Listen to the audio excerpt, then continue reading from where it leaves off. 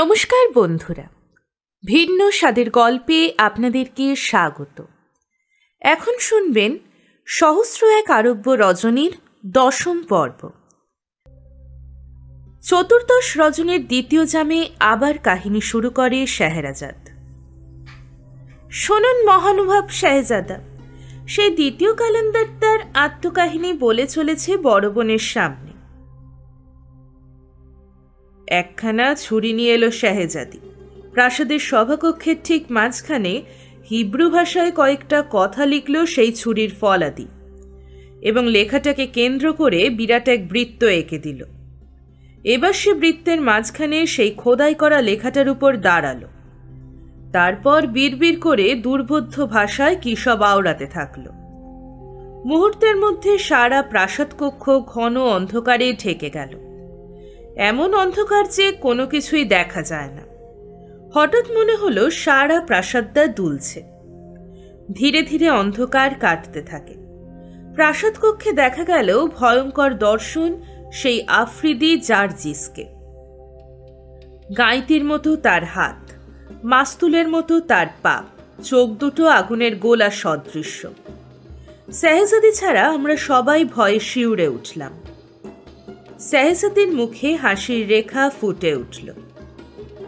এসো আফ্রিদি, তোমার অপেক্ষাতেই দাঁড়িয়ে আছি। দাঁত মুখ খিচে আফ্রিদি হুঙ্কার দিয়ে উঠল। যে বিদ্যা শিখেছ তার মর্যাদা রাখতে পারলে না তুমি। কথা ছিল আমরা কারোর কাজে বাধা হব না, একে অন্যের বিরুদ্ধে কোনো ক্ষমতা প্রয়োগ করব না, এই ছিল আমাদের হলফনামা। তুমি আজ সেই সত্য ভঙ্গ করেছ। এর প্রতিফল তোমাকে পেতে হবে, এবং এক্ষুনি। চোখের পলকে সেই আফ্রিদি দৈত্যটা এক হিংস্র সিংহের রূপ ধারণ করল। শাহজাদির দিকে থাবা বাড়িয়ে গর্জন করতে লাগল। তার সেই ভয়ঙ্কর মুখের হা দেখে আমাদের আত্মারাম তখন খাঁচা ছাড়া। মনে হলো এক্ষুনি বুঝি শাহজাদিকে মুখের মধ্যে পুড়ে ফেলবে সিংহটা। কিন্তু না, শাহজাদি ক্ষিপ্র হাতে মাথার এক গাছি চুল ছিঁড়ে মন্ত্র পড়তেই মস্ত এক তলোয়ার হয়ে গেল। সেই শানিত তলোয়ারের আলোর ঝলকানিতে চোখ ধাঁধিয়ে গেল আমাদের। সিংহের ধর আর কান্না দুখানা হয়ে গেল শাহজাদির এক কোপে। কিন্তু কি আশ্চর্য, সিংহের মুন্ডটা এক প্রকাণ্ড কাঁকড়া বিছে হয়ে শাহজাদির পায়ের দিকে ছুটে এলো কামড়াতে। চোখের পলকে এক বিষধর সাপের আকার ধারণ করল শাহজাদি। তখন লড়াই শুরু হলো কাঁকড়া বিছে আর সাপে। সে কি প্রচণ্ড লড়াই! অনেকক্ষণ ধরে চলল। একসময় দেখলাম কাঁকড়া বিছেটা হয়ে গেল একটা শকুনি, আর তক্ষুনি সাপটাও ঈগল পাখির রূপ ধরল। শকুনি আর ঈগলের যুদ্ধও চলল ঘণ্টাখানেক। এরপর শকুনি হলো এক বন বিড়াল, ঈগল হয়ে গেল নেকড়ে বাঘ। বিড়াল আর নেকড়ের লড়াইয়ে বিড়ালটা কাবু হয়েছে প্রায়। এমন সময় দেখলাম একটা প্রকাণ্ড বড় ডালিম হয়ে লাফিয়ে গিয়ে বসলো দরবার প্রাঙ্গণের ফোয়ারাটার চারপাশের গোলাকৃতি চৌবাচ্চার ওপর। নেকড়েটাও ঝাঁপিয়ে পড়ল সঙ্গে সঙ্গে। ডালিমটা এক লাফে উঠে গেল শূন্যে, কিন্তু প্রাসাদ কক্ষের ছাদে বাড়ি খেয়ে গিয়ে পড়ল একটা থামের গায়ে, আর প্রচণ্ড শব্দে টুকরো টুকরো হয়ে ভেঙে ছড়িয়ে পড়ল নিচে মার্বেলের মেঝের ওপর। সারা ঘরময় ছড়িয়ে গেল ডালিমের দানা। নেকড়েটা তখন একটা মোড়ক হয়ে সেই দানাগুলো খুঁটে খুঁটে খেয়ে ফেলতে লাগলো। এইভাবে একটা দানা বাদে সমস্তগুলোই খেয়ে নিল। শেষ দানাটাও খাবে বলে ঠোঁটে করে তুলেছে, এমন সময় ভাগ্যের কি পরিহাস! ঠোঁট থেকে পিছলে পড়ে গেল একখানা ফাটা মার্বেলের ফাটলের মাঝখানে। ঠোঁটটা আর ঢোকাতে পারল না মোড়ক।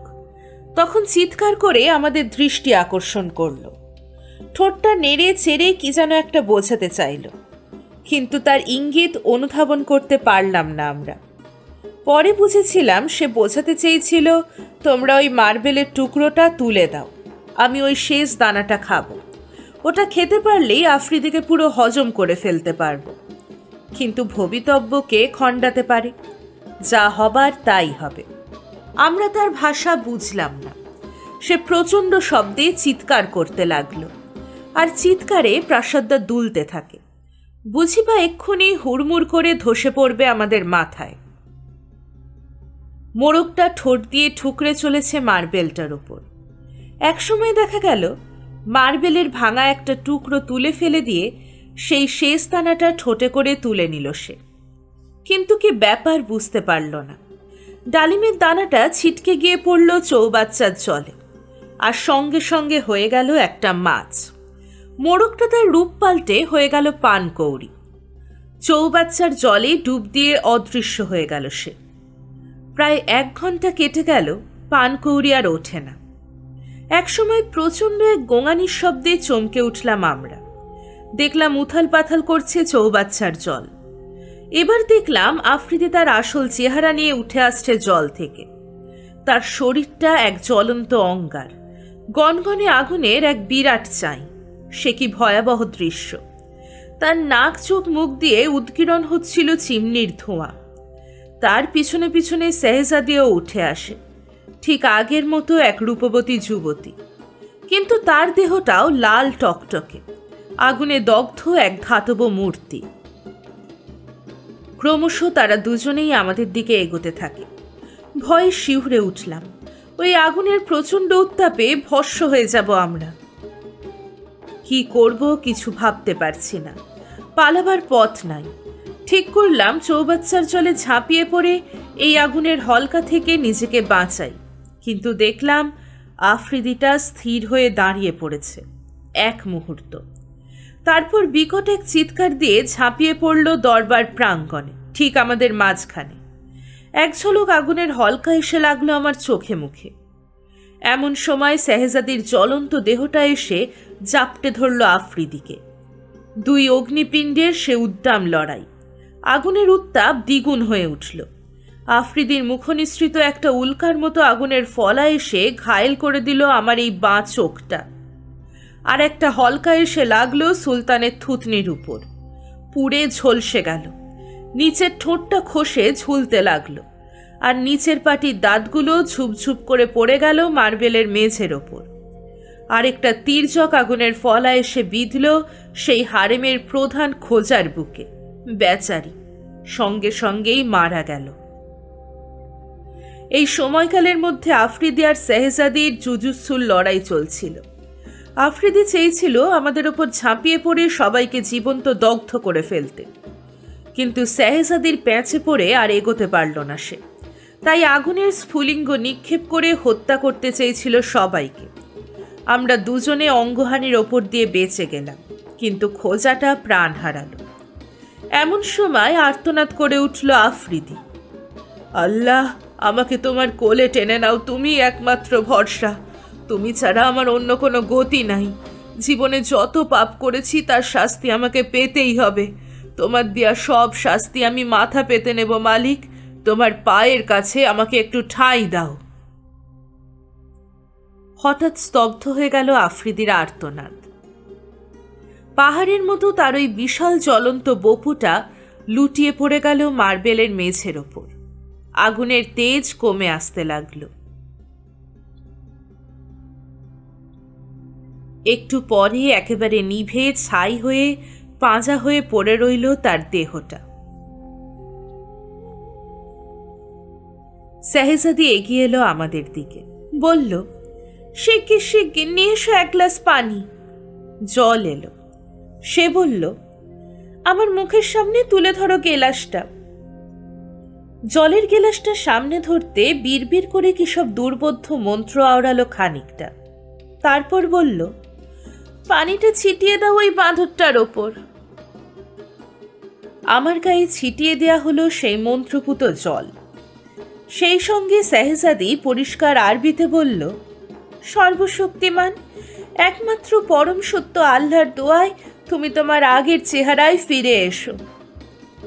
তখনই আমি আমার আসল রূপ ফিরে পেলাম, মানুষের রূপ। শুধু ফিরে পেলাম না আমার বাঁ চোখটা। আগুনের হলকায় কানা করে দিয়েছিল। আমার একটা চোখ নষ্ট হয়ে গেছে দেখে শেহজাদি দুঃখ করল খুব। কি করবে বলো? আগুন যাকে স্পর্শ করবে তাকেই দহন করবে, এই তার ধর্ম। বাবার ঝলসানো পোড়া মুখটা দেখেও তার অন্তর মথিত হতে লাগলো। তারপর শেহজাদি বাবার সামনে এসে দাঁড়ালো। বিষাদ বিবশ কণ্ঠে বলতে লাগলো, আব্বাজান, আমারও যাবার সময় হয়ে এলো। আল্লাহর দরবারে ডাক পড়েছে আমার। বিধিলিপি এড়ানো যায় না। না হলে দৈত্যটা যখন ডালিম দানা হয়ে ঘরময় ছড়িয়ে পড়ল, আমি তার প্রতিটি দানাই পেটে পুড়ে নিয়েছিলাম, শুধুমাত্র একটি ছাড়া। ওই দানাটা আমার দুর্ভাগ্য মার্বেলের ফাটলের মধ্যে আটকে গেছিল। ওটাকে যদি খেয়ে ফেলতে পারতাম তবে সেই মুহূর্তে আফ্রিদির মৃত্যু ঘটত। কিন্তু নিয়তিকে কে খণ্ডন করবে বলো?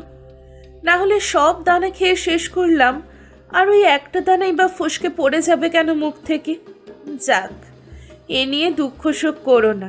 আল্লাহর যা ইচ্ছা তাই হয়েছে, তাই হবে। একটু থেমে শেহজাদি আবার বলতে থাকে, আমার আর আফ্রিদির এই প্রচণ্ড লড়াইয়ে আগাগোড়াই আমি ঘায়েল করে গিয়েছি, আর প্রাণপণে আঘাত প্রতিরোধ করার চেষ্টা করে গেছি। পাল্টা আক্রমণ কোনো সময়ই হানতে পারিনি। সেদিক থেকে লড়াই জয় আমার অবধারিত ছিল। কিন্তু নিয়তি বড় নিষ্ঠুর, বড় নির্মম। জলে স্থলে অন্তরিক্ষে কোনো লড়াই এই সে যখন সুবিধে করতে পারল না, তখন সে নিজেই বেছে নিল শেষ মরণাস্ত্র। অগ্নিকুণ্ডের দরজা খুলে ঝাঁপ দিল সে। আমার হাতে মরতে তার পৌরুষ অহমিকায় বাঁধল। কিন্তু আমার মাথায় তখন খুন চেপে গেছে। ওকে আত্মঘাতী হতে দেব না আমি। নিজে হাতে খতম করব, এই আমার জেদ। আর সেজন্যই কোনো দিকে ভ্রুক্ষেপ না করে আমিও সেই অগ্নিকুণ্ডে ঝাঁপিয়ে পড়লাম। টুটি চেপে তুলে নিয়ে এলাম ওপরে। নিজে হাতে খতম করব তাকে, এই আমার তখন একমাত্র রোগ। সবই নিয়তির পরিহাস আব্বাজান। না হলে আফ্রিদি তো বিলকুল হেরে গিয়ে আত্মহত্যাই করতে গিয়েছিল। আমি আবার কেন তার পিছে পিছে ধাওয়া করে সে আগুনে ঝাঁপ দিলাম? তার কোনো দরকার ছিল না। সে তো ওই আগুনে পুড়ে ছাই হয়ে যেত। কিন্তু এইরকমই ঘটতে হবে, এই আল্লাহর অভিপ্রায়, এই বিধিলিপি। আল্লাহ তোমাকে রক্ষা করুন। আমার ধ্যান জ্ঞান একমাত্র আল্লাহ। তিনি ছাড়া আর কারোর অস্তিত্ব আমি বিশ্বাস করি না। তার সমকক্ষ দ্বিতীয় কেউ নেই। মোহাম্মদ আল্লাহর পয়গম্বর।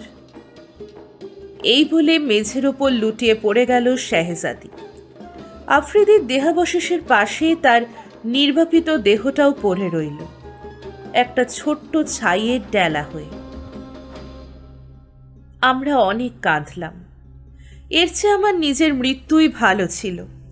আমার মুক্তির জন্য তার আত্মাহুতি আমাকে দগ্ধ করতে লাগল। কৃতজ্ঞতায় অন্তর ভরে গেল।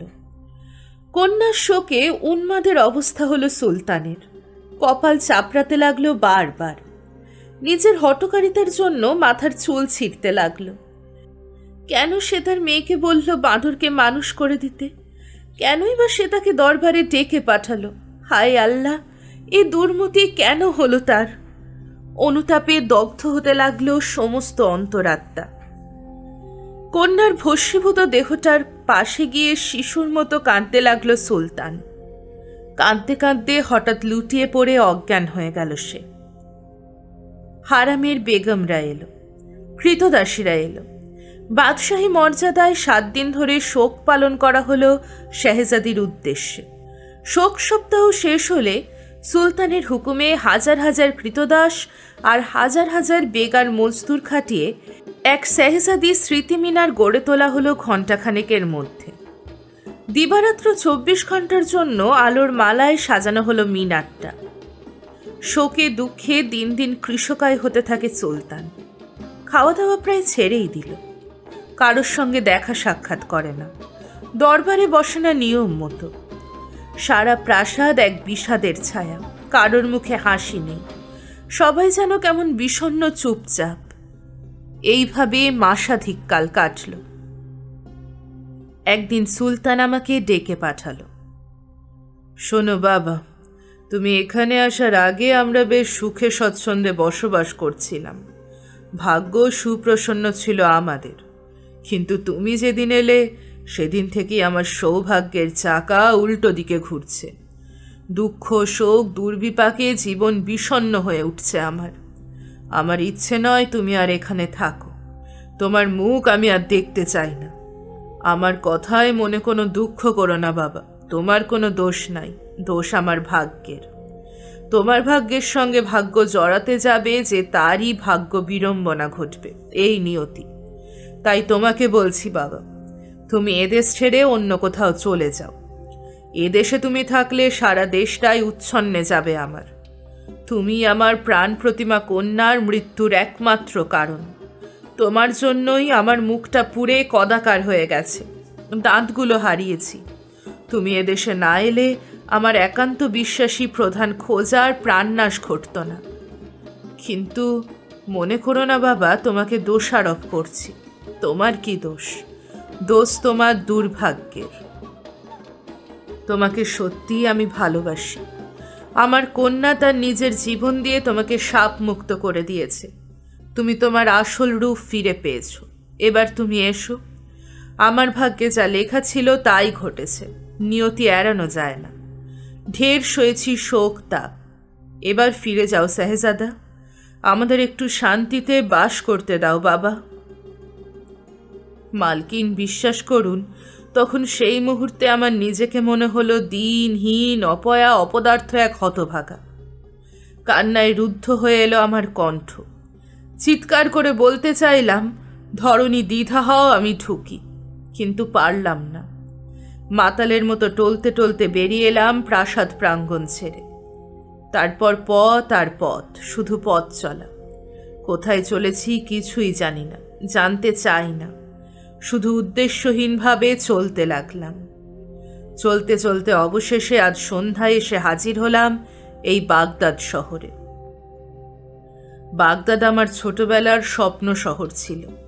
এখানে কেউ দুঃখে দিন কাটায় না শুনেছি। এখানকার সুলতান নাকি পরম ধার্মিক, দয়াবান, মহান। তাকে চোখে দেখার বাসনা আমার বহুকালের। এই হতভাগার জীবনের করুণ কাহিনী তাকে শোনাবার বড় স্বাদ আমার। কি পাপ করেছি আমি, যার জন্য এত দুঃখ এত কষ্ট আমাকে পেতে হচ্ছে। মনে পড়ে সেই মরুভূমির ডাকাতদের হাতে পড়ে সর্বস্ব খুইয়ে সেই দর্জির আশ্রয়ে এসে কাঠুরিয়ার জীবন। আজ মনে পড়ে পাতালপুরীতে চিরবন্দিনী আমার সেই দুদিনের প্রিয়া। কেনই বা তার কাছে গেলাম, কেনই বা আফ্রিদির হাতে তাকে হত্যা করলাম? সেই অনুতাপে নিয়ত দগ্ধ হচ্ছি আমি। আর আমার দুর্ভাগ্য, না হলে আফ্রিদির জাদুতে কেনই বা আমি হব বাঁদর। মনে পড়ে শাহজাদার হয়েও নকরের কাজ করেছি আমি, জাহাজের কাপ্তানের। এমন কি শনির দশা আমার যে সুলতানের সুখের সংসারে আমি বিষাদের সায়রে ডুবিয়ে দিয়ে এসেছি। তার প্রাণাধিকা কন্যার মৃত্যুর কারণ হয়েছি। সুলতানের মুখটাও পুড়ে বিকৃত হয়ে গেছে আমারই জন্য। তার বিশ্বস্ত নফর বেচারি খোঁজা, তার কি দোষ? সে কেন প্রাণটা হারালো? সেও তো আমার জন্যই। আমিও অবশ্য হারিয়েছি আমার এই বাঁ চোখটা। তা আমার দুর্ভাগ্যের ফল তো আমি পেতেই পারি, কিন্তু ওরা কেন এই ভয়াবহ বিস্ময় ফল ভোগ করলো আমার কারণে? আমার একটা চোখ গেছে, তবু তো আরেকটা আছে, সব তো চাইনি, কিন্তু ওরা তো সব খুইয়েছে। আর আমি সেজন্য একমাত্র দায়ী, একমাত্র অপরাধী। নানা পথ হেঁটে অবশেষে আজ সন্ধ্যায় এই বাগদাদ শহরে এসে পৌঁছালাম এক ফকিরের বেশে। শাহজাদা নই, এক কালান্দার ফকির। একটা চোখ কানা, দাড়িগোফ কামিয়ে আমার নিজেকে বেমালুম পাল্টে ফেলেছি। কেউ আমাকে চিনবে না। আমি এক বাদশাহজাদা। এক চৌরাস্তার মোড়ে এসে দেখি আমারই মতো আরেক কালান্দার, তারও বাঁ চোখ কানা, দাড়িগোফ কামানো। সেও আশ্রয় আস্তানা খুঁজছে আমারই মতো। তার কাছে এলাম। একটু পরে আরেক কালান্দার এসে মিলিত হলো আমাদের সঙ্গে। অবাক কাণ্ড, তারও বাঁ চোখ কানা, সেও দাড়িগোফিন। এই তৃতীয় কালান্দার, তারও একই সমস্যা। রাতের মতো কোথাও আশ্রয় পাওয়া যায় কিনা সেই চিন্তা। তারপর আমরা 3 কালান্দার মিলে আশ্রয় সন্ধান করতে করতে তোমাদের দরজাতে করাঘাত করেছিলাম মালকিন। সবই তার ইচ্ছে, আমরা নিমিত্ত মাত্র। এই আমার জীবনের করুণ ইতিহাস। সবাই রুদ্ধশ্বাসে শুনছিল এতক্ষণ। দ্বিতীয় কালান্দার তার কাহিনী শেষ করতেই বড় বোন বাহবা দিল তাকে। বাহ, বড় চমৎকার তোমার কাহিনী, আমি খুশি। এবার তোমার যেখানে ইচ্ছা যেতে পারো, তোমার ছুটি। দ্বিতীয় কালান্দার বলল, কিন্তু এই তৃতীয় কালান্দারের কাহিনী না শুনে যাব না। এই আমি গ্যাঁট হয়ে বসলাম। এবার তৃতীয় কালান্দার এগিয়ে এসে তার কাহিনী বলতে শুরু করে। শুনুন মালকিন, মনে করবেন না আমার কাহিনী ওদের দুজনের চেয়ে আরো চমৎকার, তা নাও হতে পারে। তবে সত্যি ঘটনা এটুকু বলতে পারি, কারণ এর সবই আমার ব্যক্তিগত অভিজ্ঞতা। ওদের দুজনের মতো আমারও বহু বিড়ম্বিত ভাগ্য, তবে ওদের দুজনের মতো অতটা না। আমার এই বাঁ চোখটা হারিয়েছি একমাত্র আমার নিজের দোষে, এর জন্য কাউকে দোষ দিতে পারি না। আমি এক বাদশাহ, আমার বাবাও ছিলেন বাদশাহ। আমার বাবা কাশিব যখন মারা গেলেন, আমি তখন সিংহাসনে বসি। আমার ন্যায় বিচারে প্রজারা খুব খুশি ছিল আমার ওপর। ছোটবেলা থেকেই সমুদ্র যাত্রা আমার বড় প্রিয়। তার একটা কারণ বোধহয় আমার সালতানিয়াতের প্রধান শহরটা ছিল সমুদ্র উপকূলবর্তী। বহু দূরব্যাপী সমুদ্রের মধ্যেকার দ্বীপগুলো ছিল আমার দখলে। 10খানা রণতরী সাজিয়ে মাসাধিককাল ধরে যাত্রা করতাম আমি। আমার অধিকৃত দ্বীপগুলো পরিদর্শনে যেতাম। এই রকম একবার যাত্রাপথে দারুণ ঝড়ঝঞ্ঝার মুখোমুখি হতে হয়েছিল আমাকে। সারা দিন সারা রাত্রিব্যাপী। রাত্রি অবসান হলো, ঝড়ও থামল, আবার হাসি ঝলমল দিন উপচে পড়ল। কিন্তু আমি দেখলাম একটা ছোট্ট দ্বীপের চড়াই এসে আটকে গেছে আমার জাহাজগুলো। সমুদ্র তখন শান্ত অবোধ শিশুর মতন, তার ঘন নীল জলে কাব্যের গন্ধ। কে বলবে গত রাত্রে সংহার মূর্তি ধারণ করেছিল সে। দিন দুই সেই দ্বীপে একটু জিরিয়ে নিলাম, তারপর পাল তুলে পাড়ি দিতে থাকলাম। আবার 20 দিন কেটে গেল, তবু হারানো পথের নিশানা খুঁজে পেলাম না। তখন আমরা ভাসছি এক অজানা সমুদ্রে, দিশাহারা পাখির মতো নীরের সন্ধান চাই। কাপ্তানকে জিজ্ঞেস করলাম, আর কত দূর, কোথায় এলাম আমরা? উত্তর পেলাম, জানি না, বলতে পারবো না। এ সমুদ্রপথ তার অচেনা, কখনো সে কোনোদিনও আসেনি এই পথে। উপায়ন্তর না দেখে একজন ডুবুরিকে নামিয়ে দিলাম জলে। কিছুক্ষণ বাদে সে ফিরে এলো, বলল, সমুদ্রের ওধারে বড় বড় মাছ দেখলাম অনেক। আরও দূরে দেখতে পেলাম একটা পাহাড়, তার খানিকটা অংশ সাদা আর খানিকটা কালো। ডুবুরির কথায় ডুকরে কেঁদে উঠল কাপ্তান। আর রক্ষা নেই, মৃত্যু অবধারিত। ডুবুরি যা দেখে এসেছে ওটা একটা মরণ ফাঁদ, চুম্বক পাহাড়।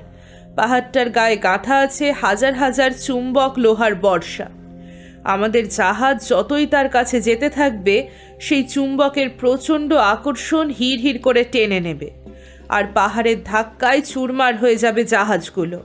মৃত্যুর দিন ঘনিয়ে এসেছে আমাদের। এখন আল্লাহর নাম জপ করা ছাড়া আর কোনো পথ নাই জাহাপানা। আগামীকালই আমরা পাহাড়ের দুর্বার আকর্ষণে প্রাণ হারাবো। সবাইকেই মরতে হবে, কেউ বাঁচতে পারবে না। এ পর্যন্ত যত নাবিক পথ হারিয়ে এই পাহাড়ের আকর্ষণ আওতায় গিয়ে পড়েছিল, তারা কেউই ফেরেনি। আমাদেরও আর ফেরা হবে না। কাপ্তানের দুগালে বেয়ে বয়ে চলেছে জলের ধারা। অসহায় শিশুর মতো ফুঁপিয়ে ফুঁপিয়ে কাঁদতে থাকে সে। কাঁদতে কাঁদতেই আবার বলে, ওই পাহাড়ের চূড়ায় একটা গম্বুজ আছে, 10টা পিতলের খুঁটির উপরে সেই গম্বুজ, আর গম্বুজের উপর রয়েছে এক ঘোড়সওয়ার, ব্রোঞ্জের তৈরি, এক হাতে ঢাল, অন্য হাতে তরোয়াল, দেহে বর্ম, মাথায় শিরস্ত্রাণ, রণসাজে সজ্জিত এক যোদ্ধা। সীসার ফলকে উৎকীর্ণ করা এক দৈব বাণী আটা আছে তার বুকে। শুনুন শাহজাদা, লোকে বলে ওই পাহাড়ের চূড়ায় যতদিন ওই ঘোড়সওয়ার ওইভাবে অবস্থান করবে, ততদিন কোনো জাহাজের নিস্তার নাই। তার আকর্ষণ আওতার মধ্যে পড়লেই প্রচণ্ড বেগে টেনে নিয়ে খান খান করে দেবে। এইভাবে কত যে জাহাজ টুকরো টুকরো হয়ে গেছে, কত শত সহস্র নাবিক প্রাণ হারিয়েছে, তার ইয়াত্তা নেই। ওই ঘোড়সওয়ারকে ওখান থেকে ফেলে দিতে না পারলে এমনি ধ্বংসের তাণ্ডব চলতেই থাকবে। মৃত্যুর আশঙ্কায় কাপ্তানের দেহে কাঁপুনি ধরে যায়। আমরাও সকলে ভয়ে আতকে হিম হয়ে যাই। মত অনিবার্য, তার কাছে আত্মসমর্পণ ছাড়া ভিন্ন পথ নাই। হায় আল্লাহ, কি এমন পাপ করেছিলাম যার জন্যে বিদেশ বিভুয়ে এইভাবে বেঘরে জান কবুল করতে হচ্ছে। পরদিন প্রত্যুষে কাপ্তান জানালো, সেই কোষ্ঠীকালো চুম্বক পাহাড়ের কাছে এসে পড়েছি আমরা। কয়েক মুহূর্তের মধ্যে জাহাজগুলো ভেঙে গুড়িয়ে যাবে। আল্লাহর নাম নাও সবাই। প্রচণ্ড শব্দে জাহাজগুলো ভেঙে চুরমার হয়ে গেল। উত্তাল ঢেউয়ের প্রলয় নাচনের মধ্যে পড়ে কে যে কোথায় হারিয়ে গেলাম কিছুই ঠাওর করতে পারলাম না। কে মরল আর কে বেঁচে থেকেও মৃত্যুর সঙ্গে যুঝতে লাগলো তার কোনো হদিশই করতে পারলাম না। সারাটা দিন অশান্ত ঢেউয়ের মুখে মুখে ওঠানামা করতে করতে নাম না জানা ঠিকানার উদ্দেশ্যে ভেসে চলেছি, যারা বেঁচে আছি তখনও। সে কি দুর্যোগ, সে কি নিদারুণ ঝড় ঝঞ্ঝা! এলোপাথারি হাওয়ার দাপটে উত্তাল তরঙ্গমালা ভেঙে চুরে প্রচণ্ড জলোচ্ছ্বাসে পরিণত হতে লাগলো। আর কিছু মনে নাই, অজ্ঞান হয়ে গেছি। রাখে কৃষ্ণ, মারে কে, আল্লাই বাঁচালেন সে যাত্রা। যখন জ্ঞান ফিরল দেখি সেই পাহাড়টার নিচে এক বালির চূড়ায় আটকে গেছি আমি। জলোচ্ছ্বাসের প্রচণ্ড আঘাতে মরিনি, হাঙর কুমিরেও খাইনি। আশ্চর্য, সবই আল্লাহর দোয়ায়। উঠে দাঁড়ালাম, দেখলাম সামনেই একটা পথ সোজা উঠে গেছে পাহাড়ের মাথায়। খোদা ভরসা করে ওপরে উঠতে লাগলাম। এই সময় রাত্রি ভোর হয়ে আসছে দেখে শেহরাজাদ গল্প থামিয়ে চুপ করে বসে রইল।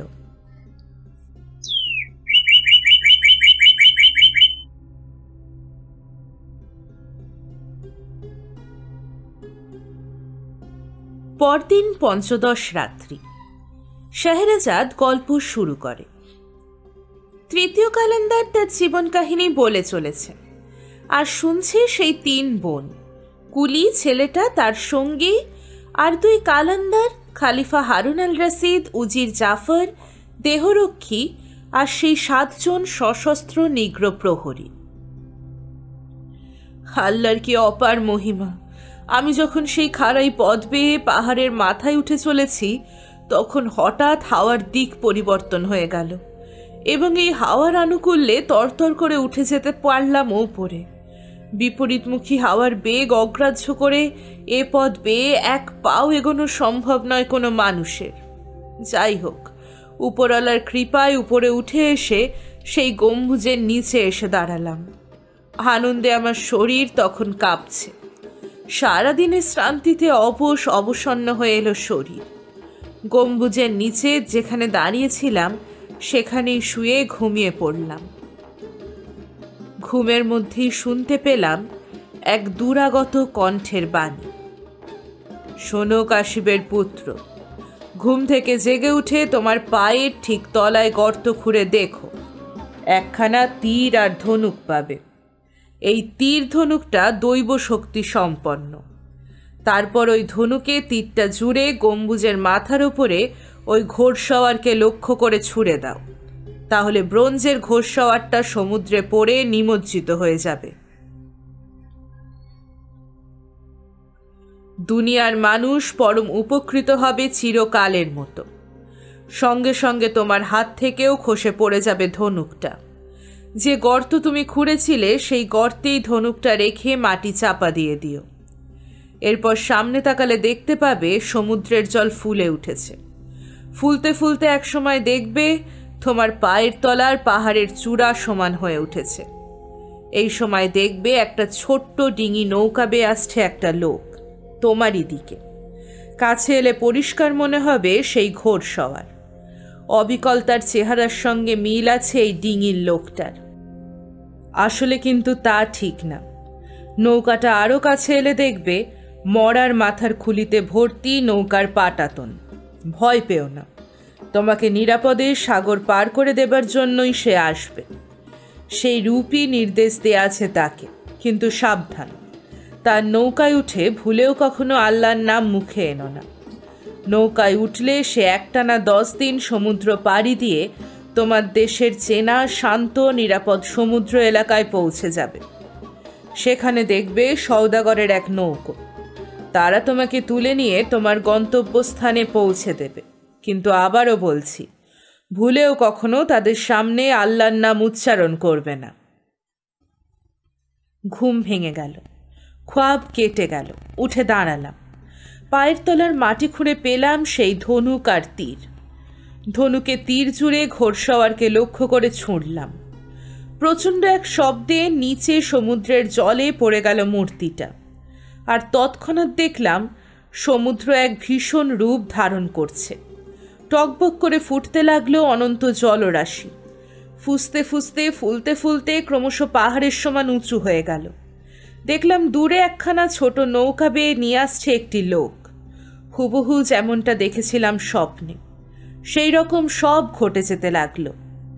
নৌকাটা কাছে আসতে লোকটাকে দেখলাম, ঠিক ওই ঘোড়সওয়ারের মতো। কিন্তু স্বপ্নে জেনেছিলাম দেখতে একরকম হলেও ওরা এক নয়। আমার হাত থেকে ধনুকটা খসে পড়ে গেছে মাটিতে। ওই গর্তটায় রেখে মাটি চাপা দিয়ে দাঁড়ালাম। নৌকাটা ততক্ষণে আরও কাছে, একেবারে আমার সামনে এসে থেমে গেছে। দেখলাম লোকটার এক হাতে অনেকগুলো মরার মাথার খুলি।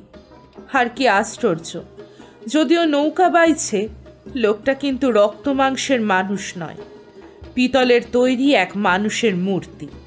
তার বুকে আটা এক সীসার ফলক, তাতে উৎকীর্ণ করে লেখা আছে এক দৈব বাণী। আমি কোনো কথা না বলে নৌকায় উঠে বসলাম। সেই পিতলের মানুষটা বেয়ে চলল নৌকাটা। 1, 2, 3 এইভাবে 10টা দিন কেটে গেল। অবশেষে দেখলাম আমাদের দেশের চেনা জানা সমুদ্রে এসে পড়েছি। আনন্দে উল্লাসে আমি তখন আত্মহারা। আল্লাহর কাছে কৃতজ্ঞতা জানিয়ে বললাম, আল্লাহ, তোমার মহিমা অপার। তোমার দোয়াতেই আমি আমার জীবন ফিরে পেয়েছি। আজ আমার নিজের দেশের মুখ দেখতে পেয়েছি। তুমি সর্বশক্তিমান একমাত্র ঈশ্বর। তোমাকে ছাড়া অন্য কোনো অলৌকিক শক্তিতে আমার আস্থা নেই। তুমি একমাত্র পথ। আমার মুখের কথা মুখেই রয়ে গেল। দেখলাম সেই পিতলের মূর্তিটা বাঁ হাত দিয়ে তুলে সমুদ্রের জলে ছুঁড়ে দিল আমাকে। তারপর নৌকাটা নিয়ে নিমেষে উধাও হয়ে গেল কোথায়। আমি খুব ভালো সাঁতারু।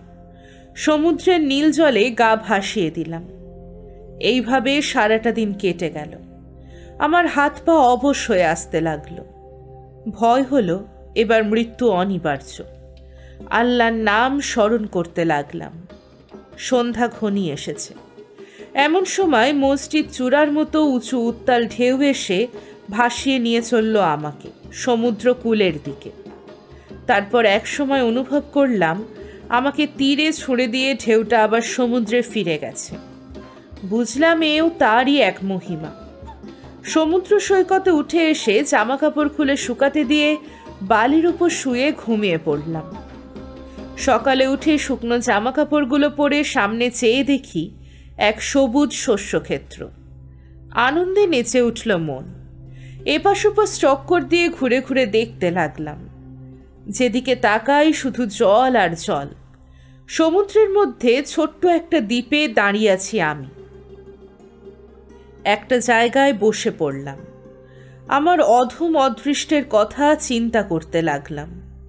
নিজেকে এক হতভাগা বলে মনে হতে লাগলো। একটা ভুলের জন্য এত কষ্ট সহ্য করতে হলো আমাকে।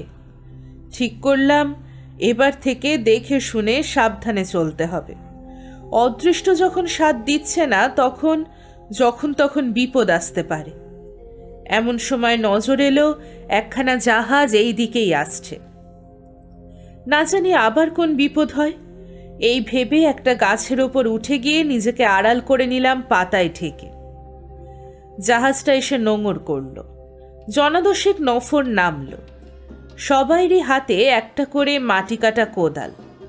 ওরা ওই শস্যক্ষেত্রের একপাশে গিয়ে দাঁড়ালো। কি যেন একটা খুঁজতে লাগলো। তারপর একটা জায়গায় মাটি কেটে গর্ত করতে লাগলো। আমি গাছের ডালে বসে দেখলাম খানিকটা গর্ত করার পর একটা গুপ্ত দরজার সন্ধান পেল তারা। দরজার পাল্লা খুলে ফেলল। এরপর আবার তারা ফিরে গেল জাহাজে। নানা রকম দামি দামি খাবার দাবার মাথায় নিয়ে জাহাজ থেকে নেমে এলো।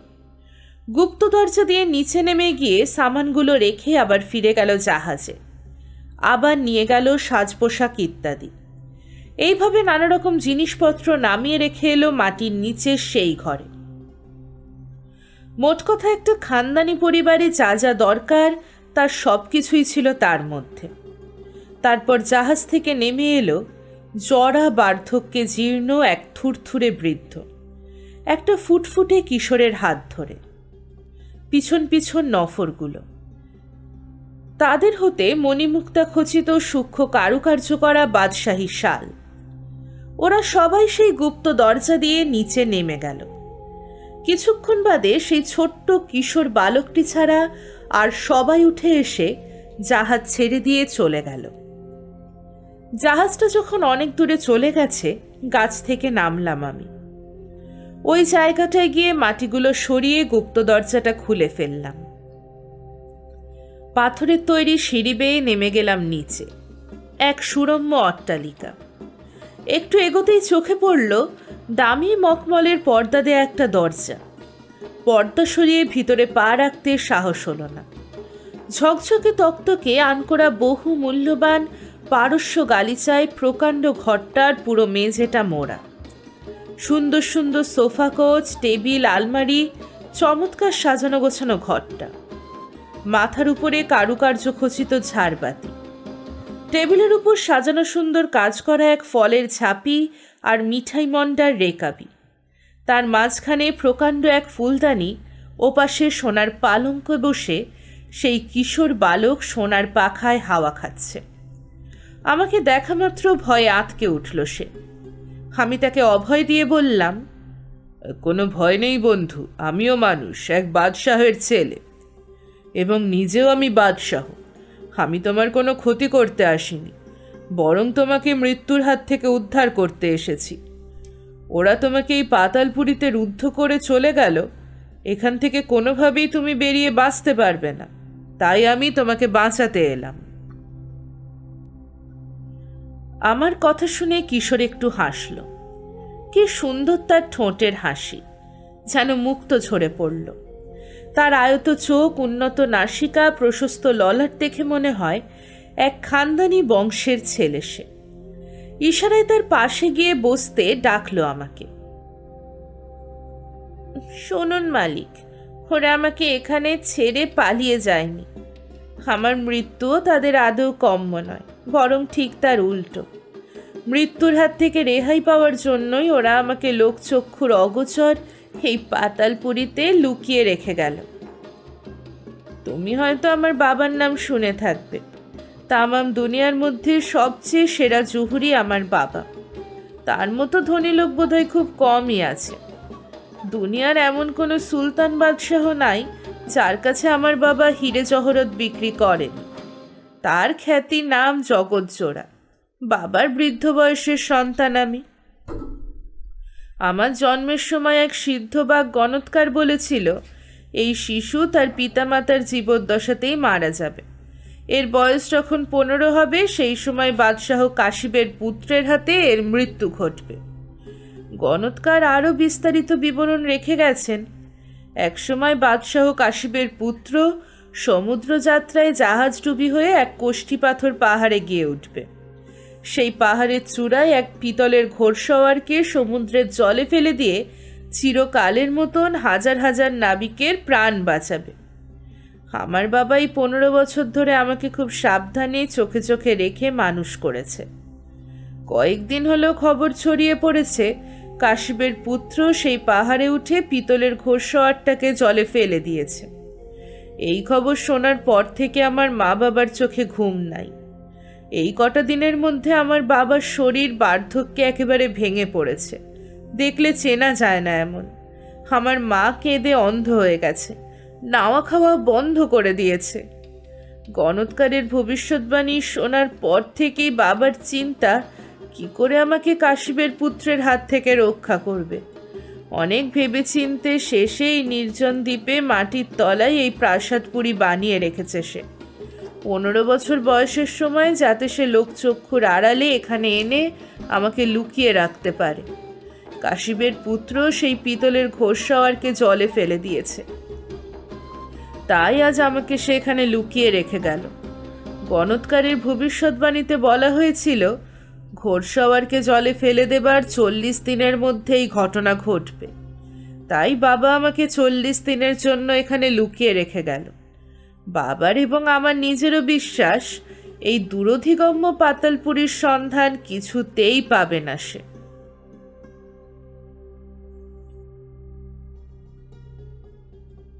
রাগে কাঁপতে লাগলো আমার শরীর। কি মিথ্যেবাদী ভণ্ড এইসব গণৎকারগুলো! নিরীহ মানুষের মনে এরা আতঙ্ক জাগিয়ে তোলে। এই ব্যাটাদেরই খুন করা দরকার। এমন সুন্দর ফুলের মতো এক কিশোর, নিষ্পাপ নির্মল, তাকে কিনা আমি হত্যা করব? গাঁজাখুরি বানানো একটা গল্প শুনিয়ে ভয় ধরিয়ে দিয়ে গেছে এদের মনে। এই বালকের জীবন রক্ষার জন্য যদি প্রয়োজন হয় আমার জীবনও তুচ্ছ করে দিতে পারি। শয়তান গণৎকারটাকে পেলে একবার শুনিয়ে দিতাম সে কথা। গলা চড়িয়ে বেশ জোরেই বললাম, শোনো বাবা, উপরে আল্লাহ আছেন। তোমার মতো একটা ফুলের কুঁড়িকে ছিঁড়ে ফেলবে কেউ, তা তিনি কিছুতেই হতে দেবেন না। আমি তোমাকে কথা দিচ্ছি, সে যেই হোক, তোমাকে যে হত্যা করতে আসবে তাকে আমি হত্যা করব আগে। আমাকে না মেরে তোমাকে ছুঁতে পারবে না কেউ। আমি তোমার পাহারায় তোমার সঙ্গে বাস করব এই 40 দিন। দেখি কে তোমাকে মারে। তারপর 40 দিন কেটে গেলে তোমার বাবার অনুমতি নিয়ে তোমাকে সঙ্গে করে আমার দেশে যাব আমি। তুমি হবে আমার প্রাণের বন্ধু। তোমাকেই আমি বসিয়ে যাব আমার সিংহাসনে। জহুরের ছেলে খুশি হলো খুব। বিনীতভাবে ধন্যবাদ জানালো আমাকে। আমার উপর তার গভীর আস্থা লক্ষ্য করে আনন্দ হলো মনে। অনেক গল্প কাহিনী শোনালাম তাকে, সেও শোনাল। খুশিতে ভরে গেল আমাদের মন। নানা রকম খানাপিনা করলাম। এত খাবার দাবারে ঘর ভর্তি যে শখানেক লোক সারা বছর ধরে খেয়েও তা ফুরাতে পারবে না। আমার ব্যবহারে মুগ্ধ হলো কিশোর। তাকে যে আমি গভীর ভালোবাসার চোখে দেখছি সে কথা বুঝতে বেশি দেরি হলো না তার। সারা রাত বেশ নিশ্চিন্তে ঘুমোলো সে, আমিও। সকালে উঠে হাত মুখ ধুয়ে দুজনে নাস্তা সারলাম। তারপর নানা রকম মজার মজার কিস্সা শোনালাম তাকে। খেলাধুলা করলাম অনেকক্ষণ ধরে। তারপর সুগন্ধি আতর দেয়া জলের চৌবাচ্চায় অবগাহন করে গোসল করলাম আমরা। দুপুরে খানাপিনা সেরে একটু বিশ্রাম করে আবার শুরু হলো আমাদের গল্প খেলা। রাত্রিবেলা পরিপাটি করে বিছানা পেতে দিলাম তাকে। দুজনে একসঙ্গে বসে মাংস, রুটি, মাখন, ফল, দুধ, মধু, মিঠাই মন্ডা দিয়ে রাতের আহার শেষ করে ঘুমিয়ে পড়লাম।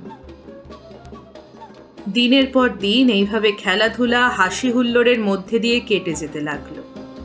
তার মা বাবার অদর্শন, তার মরণ ভীতি সব ভুলিয়ে দিলাম আমার বন্ধুসুলভ ব্যবহার দিয়ে, আমার আন্তরিকতা দিয়ে। এইভাবে কি করে যে 40টা দিন কেটে গেল আমিও টের পাইনি, সেও বুঝতে পারেনি। সেদিন সে ফিরে যাবে তার দেশে। তার বাবা আসবে তাকে নিয়ে যেতে। সকালে উঠেই 1 হাঁড়ি গরম জল বসালাম। গরম জল ঠান্ডা জল মিশিয়ে খুব আচ্ছা করে ঘষে মেজে স্নান করলাম, আর তাকেও করালাম নিজের হাতে। খুব ভালো করে দামি সাজ পোশাকে সাজলাম। আতরের খুশবু ছড়িয়ে দিলাম তার গায়ে। পালঙ্কের ওপর শুয়ে শুয়ে সে ভাবছে বাবা আসবে, সে চলে যাবে। আর আমি ভাবছি এ কদিনের দোস্ত আবার কোথায় হারিয়ে যাবে। মনটা বেশ খারাপ হয়ে যায়। তন্ময় হয়ে কি ভাবছে দেখে আমি কথা বললাম। কি গো সাহাব, কি খাবে বলো? ছেলেটা বলল, তরমুজ খাবো। একটা বড়সড় পাকা তরমুজ নিয়ে এলাম। পালঙ্কের ওপাশের দেয়ালে টাঙানো ছিল একখানা ছুরি। তরমুজটা কাটবো বলে ছুরিটা নামিয়ে আনার জন্য উঠে দাঁড়ালাম পালঙ্কের ওপর। কাঁটায় ঝোলানো ছুরিটা খুলে হাতে নিয়েছি, এমন সময় ঘটল সেই কাণ্ডটা। ছেলে মানুষের খেয়াল, দুষ্টুমিতে ভরা মন। আমি যখন নাগালের খানিকটা ওপরে ঝোলানো সেই ছুরিটা হাতের মুঠোয় খুলে নেবার জন্য কর্ষত করছি, তখন তা দেখে হয়তোবা শিশুসুলভ সরল মন মজা অনুভব করছিল। আমার উঁচু হয়ে যাওয়া পায়ের গোড়ালিতে সুরসুরি দিল। ওই অবস্থায় আমার কি দশা হয় তাই দেখার মজায় পেয়ে বসেছিল তাকে। অতর্কিতে তার কাতুকুতোর জন্য আদৌ প্রস্তুত ছিলাম না আমি। চমকে উঠে পাটা সরিয়ে নিতে গিয়েই শরীরের ভারসাম্য রক্ষা করতে না পেরে হুমড়ি খেয়ে পড়ে গেলাম ছেলেটার ওপর। চিত হয়ে শুয়েছিল সে। আমার হাতের শানিত ছোড়া আমূল বিদ্ধ হয়ে গেল তার বুকে, আর সঙ্গে সঙ্গেই তার মৃত্যু হয়ে গেল আমারই হাতের ওপর। মালকিন, তখন আমার কি অবস্থা একবার কল্পনা করুন। আমি প্রায় উন্মাদ হয়ে গেছি। নিজের জামা কাপড় নিজেই ছিঁড়ে কুটি কুটি করতে লাগলাম। কেঁদে গড়াগড়ি দিচ্ছি, হাত পা ছুটছি, চোখের জলে বন্যা বয়ে চলেছে। হায় আল্লাহ, এ কি হলো? এ কি করলাম আমি? কি এমন পাপ করেছিলাম যার জন্য এই শোক অনুতাপে পুড়তে হলো আমাকে? না, একেই বলে নিয়তি। একটা দিন পরে হলেও গণৎকারের ভবিষ্যৎবাণী তো সত্যি হলো। আল্লাহ, তুমি আমাকে শাস্তি দাও। আমি মাথা পেতে নেব। এ জীবন আমি আর রাখতে চাই না। আমাকে মৃত্যু দাও, আমি মরতে চাই। ছেলেটার বাবা বৃদ্ধ জহুরি আসবে সন্ধেবেলা। কি করে তার সামনে দাঁড়াবো আমি? কি ভাষায় সান্ত্বনা দেব তাকে? না না, আমি পারবো না। পুত্র শোকের সেই নিদারুণ দৃশ্য আমি নিজের চোখে কিছুতেই দেখতে পারবো না। সিঁড়ি বেয়ে ওপরে উঠে এলাম। গুপ্ত দরজা বন্ধ করে মাটি চাপা দিয়ে গর্তটা বুঝিয়ে দিলাম। মুক্ত আকাশের নিচে দাঁড়িয়ে ভাবলাম এখন কি করা যায়। কোনো জায়গায় লুকিয়ে থেকে সমস্ত ব্যাপারটা প্রত্যক্ষ করতে হবে, তা না হলে ওই নফরগুলো আমাকে দেখতে পেলেই খুন করে ফেলবে। সেই গাছটায় উঠে গেলাম। একটা ডালে পাতার আড়াল করে বসে রইলাম। ঘণ্টাখানেক বাদে সেই জাহাজটা এসে ভিড়ল। নেমে এলো সেই 10 জন নফর আর সেই বৃদ্ধ জহুরি। হন হন করে এগিয়ে এলো আমার গাছের নিচে। গুপ্ত দরজার জায়গাটায় চোখ পড়তে ভয়ে শিউরে উঠল তারা। এ কি? গর্তের মাটি তো মনে হচ্ছে সদ্য সরানো হয়েছিল। তবে তবে কি বাছা আমার বেঁচে নেই? জহুরি চিৎকার করে ওঠে, তোমরা হাঁ করে দাঁড়িয়ে কি দেখছো? চটপট মাটি সরাও, দরজা খুলে নিচে যাও, নিয়ে এসো আমার জানের কলিজাকে। নফরগুলো অনায়াসেই সদ্য বোঝানো মাটিগুলো সরিয়ে ফেলে নিচে নেমে গেল। গাছের উপরে বসে সব দেখতে লাগলাম আমি। ছেলের নাম ধরে তারস্বরে ডাকতে লাগলো বৃদ্ধ, কিন্তু কে উত্তর দেবে? সে তো বেঁচে নেই। আমার হাতের ছুরি তার বুকে বিদ্ধ হয়ে গেছে। সোনার পালঙ্কে ঘুমিয়ে আছে সে ঘুম আর কোনোদিনও ভাঙবে না আর। নফররা এসে বৃদ্ধকে নিচে নিয়ে গেল। সেই ভয়াবহ দৃশ্য দেখে তার যে কি অবস্থা আমি গাছের ডালে বসেই তা অনুমান করতে পারলাম। একটু পরে নফরগুলো ধরাধরি করে বৃদ্ধর অচৈতন্য দেহটা উপরে নিয়ে এসে গাছের তলায় শুইয়ে দিল। চোখে মুখে জলের ঝাপটা দিতে জ্ঞান ফিরে এলো তার। ছোট শিশুর মতো চিৎকার করে কেঁদে উঠল। সে দৃশ্য আমি আর সহ্য করতে পারছিলাম না। মনে হচ্ছিল এখনই বুঝি নিচে পড়ে যাব। এরপর নফরগুলো নিচে নেমে গিয়ে ছুরিবিদ্ধ কিশোরকে উপরে নিয়ে এলো। পাশেই একটা জায়গায় কবর খোঁড়া হলো। কবরের তলায় তার মৃতদেহটা শুইয়ে দিয়ে মাটি চাপা দিল তারা। তারপর পাতালপুরীর সামানপত্তর সব জাহাজে তুলে নিয়ে চলে গেল। আমি গাছ থেকে নিচে নামলাম। সেই ছোট্ট দ্বীপটার চারিদিকে চক্কর দিয়ে ঘুরে বেড়াতে লাগলাম। চারদিকে অনন্ত জলরাশি। যতদূর চোখ যায় তীরের সন্ধান নাই, অথচ তীরের সন্ধান চাই। কেঁদে কেঁদে দিন কাটে। গাছের ফল খাই, গাছের তলায় শুই। দেশে ফেরার আশা প্রায় ছেড়েই দিয়েছি। এমন সময় একদিন দেখলাম সমুদ্র শুকিয়ে যাচ্ছে ক্রমশ। অবাক কাণ্ড! এমনও আবার হয় নাকি? কয়েক ঘন্টার মধ্যে দেখলাম জল সরে গিয়ে বালির চড়া পড়ে গেছে। যতদূর চাই শুধু ধুধু করা বালি। হাঁটতে হাঁটতে দিন শেষ হয়ে এলো। দেখলাম শক্ত মাটির আসল তীরে পৌঁছে গেছি আমি। কৃতজ্ঞতায় মাথা নত হলো তার উদ্দেশ্যে। মাঠের পথ বেয়ে হেঁটে চলেছি। এমন সময় দেখলাম দূরে এক লাল আগুনের শিখা। মনে আশা হলো কাছেই কোনো লোকালয় আছে, হয়তোবা কেউ ভেড়া পোড়াচ্ছে।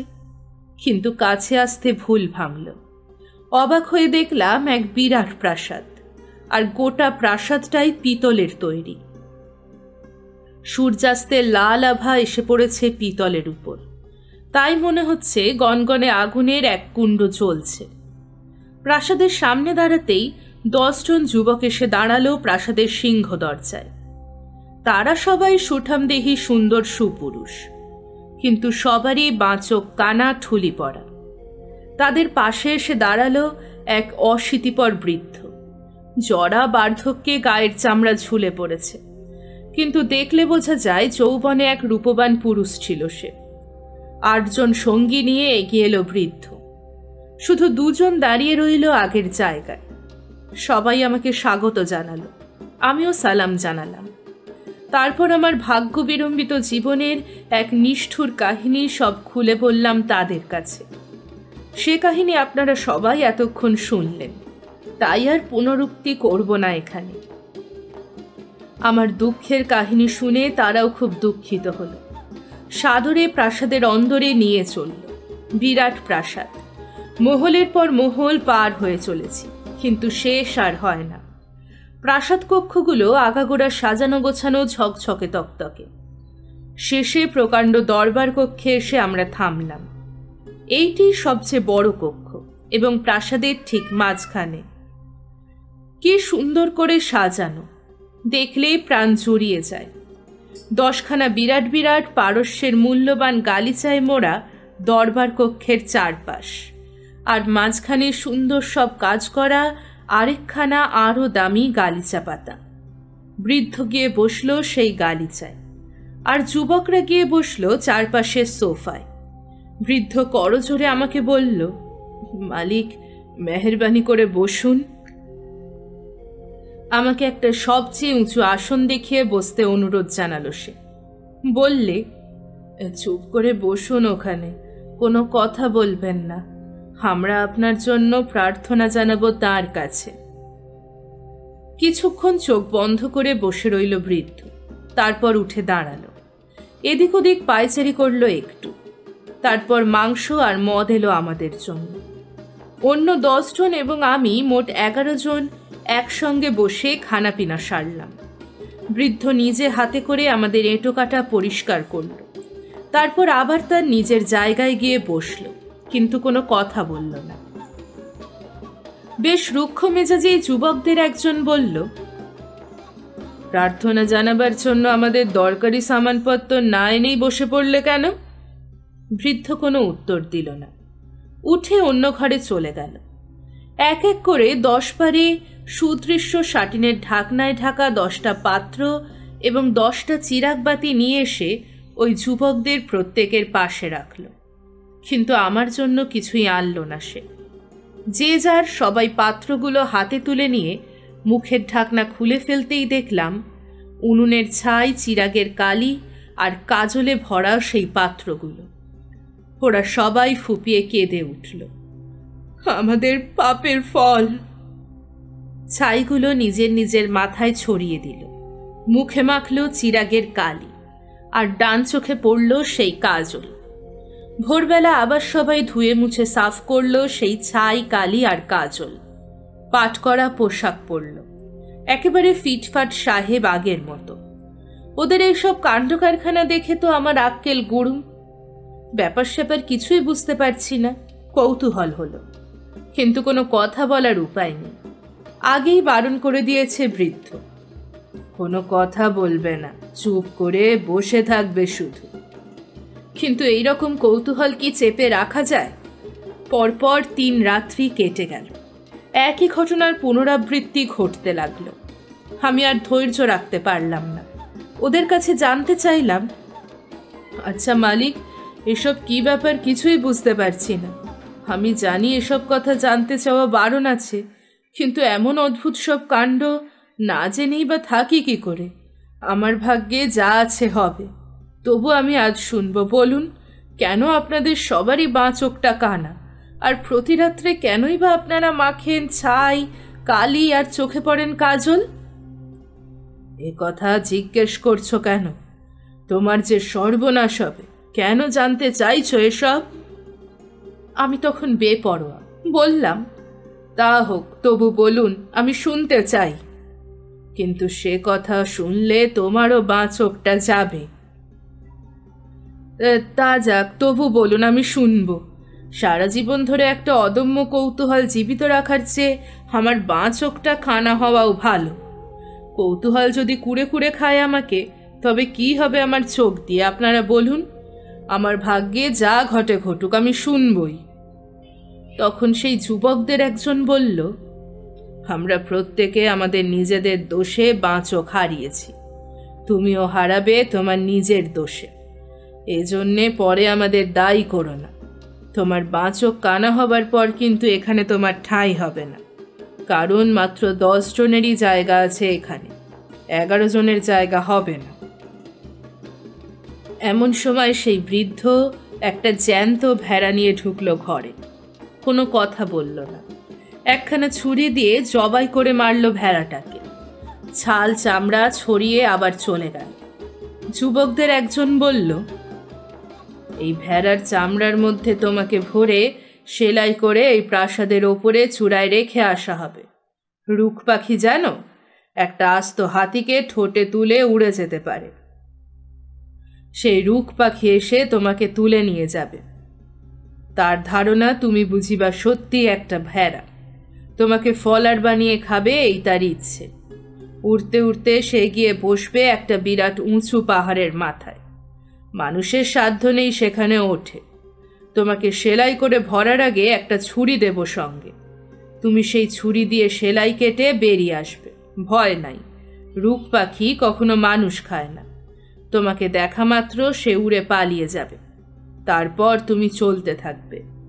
চলতে চলতে একসময় দেখতে পাবে এক বিশাল প্রাসাদপুরী।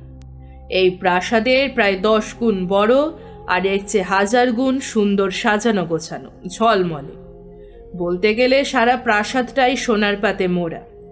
দেওয়ালে দেওয়ালে হিরে চুনি পান্না বসানো। দেখে তোমার তাক লেগে যাবে। এমনটা হয়তো তুমি রূপকথার গল্পেই পড়েছ, কিন্তু নিজের চোখে দেখনি কখনো। এখানেই তোমার বাঁ চোখ কানা হবে। আমরা সবাই যেভাবে বাঁ চোখ হারিয়েছি, তুমিও ঠিক সেইভাবেই হারাবে। প্রতিদিন রাত্রে আমরা তার কাছে এইভাবে প্রার্থনা জানাই, একটু আত্মতুষ্টি লাভ করি। এই হলো মোটামুটি ব্যাপার। বিস্তারিত বিবরণ শোনবার দরকার কি? আপনা থেকেই তো সব জানতে পারবে। দেখলাম তারা আমাকে ভেড়ার চামড়ার মধ্যে ভরবার তোড়জোড় করছে। আমার হাতে একটা ছুরি দিয়ে বলল, এটা তোমার সঙ্গে রাখো, সেলাই কেটে বেরোবার সময় দরকার হবে। ছুরিটা নিলাম। ওরা আমাকে ভেড়ার চামড়ার খোলের মধ্যে পুরে সেলাই করল। তারপর কাঁধে তুলে নিয়ে রেখে এলো প্রাসাদের চূড়ায়। কয়েক মুহূর্তের মধ্যেই দেখলাম ঈগলের মতো প্রকাণ্ড বড় একটা পাখি উড়ে এসে ছোঁ মেরে আমাকে তুলে নিয়ে গেল মহাশূন্যে। ভয়ে হাত পা হিম হয়ে গেল আমার। যদি তার ঠোঁট থেকে খসে পড়ে যাই, যদি আমার ভার সে বইতে না পারে। কিন্তু না, আমাকে নিয়ে গিয়ে নামলো মানুষের দুর্লঙ্ঘ আকাশ ছোঁয়া এক পর্বত শিখরে। চটপট ছুরিটা নিয়ে সেলাই কেটে লাফিয়ে বেরিয়ে আসলাম। তারপর পাখিটাকে ভয় দেখাবার জন্য বিকট এক আওয়াজ তুলে চিৎকার দিলাম। নিমেষে উড়ে পালিয়ে গেল সে। এবার ভালো করে দেখলাম কি বিশাল তার আকার, কি ভয়ঙ্কর তার রূপ। 10টা হাতি জোড়া দিলে যা হয় সেই রকম তার বপু। আর 20টা উটপাখি পিঠে পিঠে উঠে দাঁড়ালে যতটা উঁচু দেখাতে পারে ততটা সে উঁচু। আর তিলমাত্র না দাঁড়িয়ে চলতে লাগলাম। কৌতূহল এমনই বস্তু, তার নিবৃত্তি না হওয়া পর্যন্ত সে হনন করে চলে। আমার আর ধৈর্য সয় না। দ্রুত পায়ে হাঁটতে থাকি। সেই প্রাসাদের সন্ধান চাই। দুপুর নাগাদ এসে পৌঁছালাম সেই প্রাসাদের সামনে। ওই 10 জন যুবক প্রাসাদের অনেক গুণকীর্তন শুনিয়েছিল আমাকে। তা থেকে মোটামুটি একটা ছবি এঁকে নিয়েছিলাম মনে মনে। কিন্তু চোখের সামনে যা প্রত্যক্ষ করলাম তা কল্পনাতীত।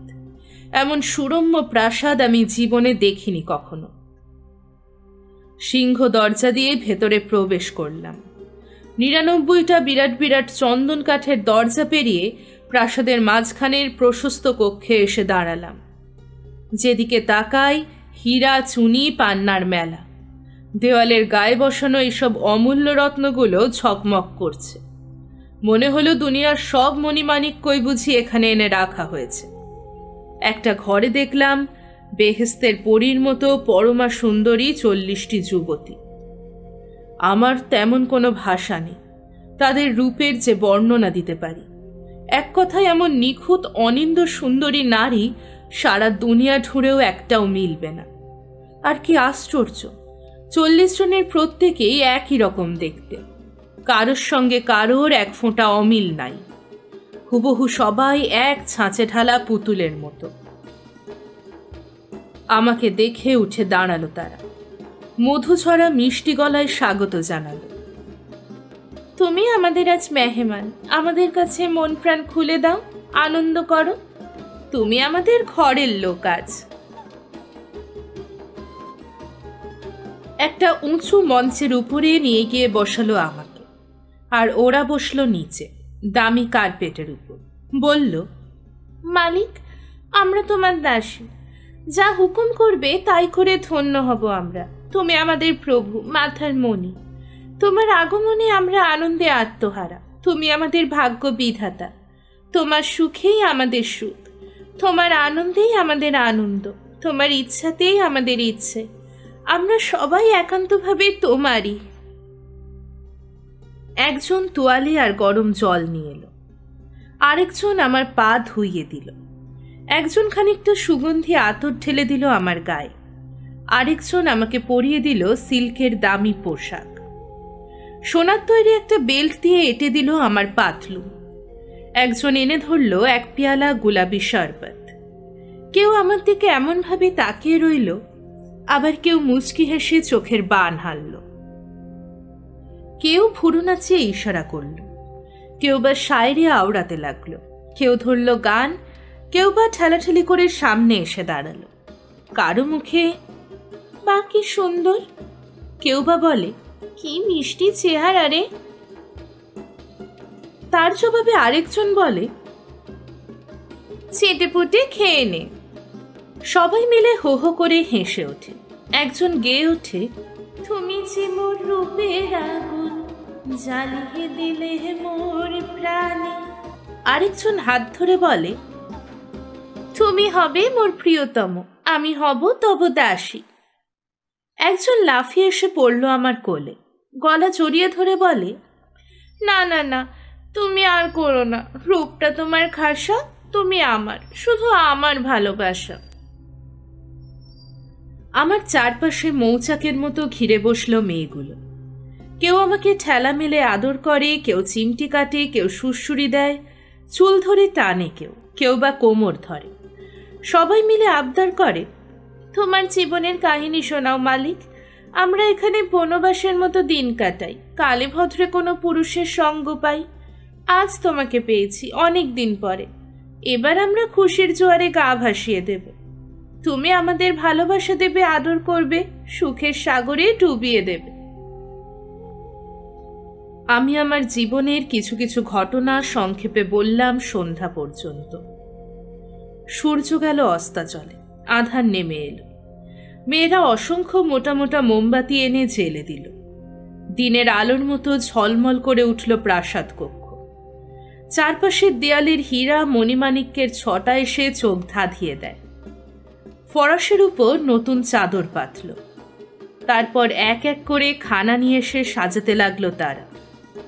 মুরগির মাংস, দামি শরাব, ফল, মিষ্টি। তারপর আরম্ভ হলো নাচ, গান, বাজনা।